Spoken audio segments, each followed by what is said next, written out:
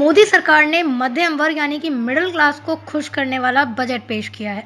केंद्रीय वित्त मंत्री निर्मला सीतारमण ने टैक्स में छूट की सीमा टैक्स एग्जेम्पशन लिमिट को बढ़ाने की घोषणा की है। पहले ये सीमा 2.50 लाख रुपए थी, जिसे बढ़ाकर 3 लाख रुपए कर दिया गया है। मतलब अब सालाना 3 लाख रुपए कमाने वाले को किसी भी प्रकार का टैक्स नहीं देना होगा। दूसरी ओर सरकार ने टैक्स रिबेट सीमा को 5 लाख से बढ़ाकर 7 लाख कर दिया है। इसका मतलब है कि सालाना 7 लाख रुपए तक कमाने वालों पर जो टैक्स बनेगा उसे सरकार माफ़ कर देगी। आसान भाषा में कहे तो अगर आप सालाना 7 लाख रुपए कमाते हैं तो आपको सरकार को कोई टैक्स नहीं देना होगा। मध्यम वर्गीय लोग काफ़ी दिनों से टैक्स में छूट की सीमा बढ़ाने की मांग कर रहे थे। पहले सालाना 5 लाख रुपए तक कमाने वालों को कोई टैक्स नहीं देना होता था।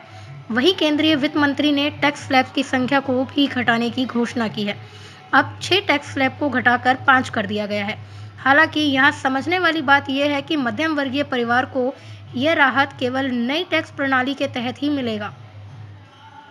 पुरानी टैक्स व्यवस्था के तहत कोई बदलाव नहीं किया गया है। सरकार ने इसके साथ ही पुरानी टैक्स व्यवस्था के स्थान पर नई टैक्स व्यवस्था को डिफ़ॉल्ट करने का ऐलान किया है। वहीं इसे आसान भाषा में समझे तो सालाना 8 लाख रुपए तक कमाने वाले को पुरानी टैक्स व्यवस्था के तहत 65,000 टैक्स देना पड़ता था। वहीं अब 35,000 रुपए टैक्स के रूप में देना होगा। पुरानी व्यवस्था के तहत 9 लाख रुपए तक कमाने वालों को पहले 85,000 रुपए टैक्स के रूप में देने पड़ते थे। वहीं अब मात्र 40,800 रुपए देने होंगे।